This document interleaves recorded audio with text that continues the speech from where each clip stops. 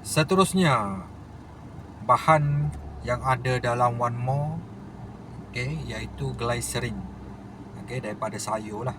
Glycerin ni adalah sumber tenaga semula jadi yang diperoleh daripada minyak sayuran seperti kelapa, soya atau minyak kelapa sawit. Hidrolisis memecahkan minyak kepada komponennya, dan glycerin ni adalah salah satu daripada produk hidrolisis minyak tadi tu.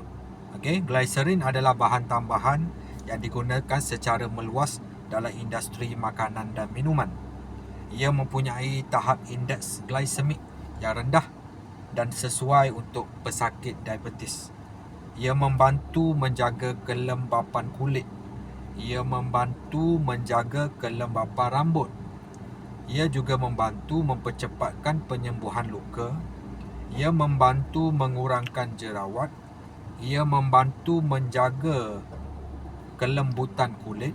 Ia membantu mencerahkan kulit. Ia membantu mencegah infeksi kulit akibat virus dan bakteria.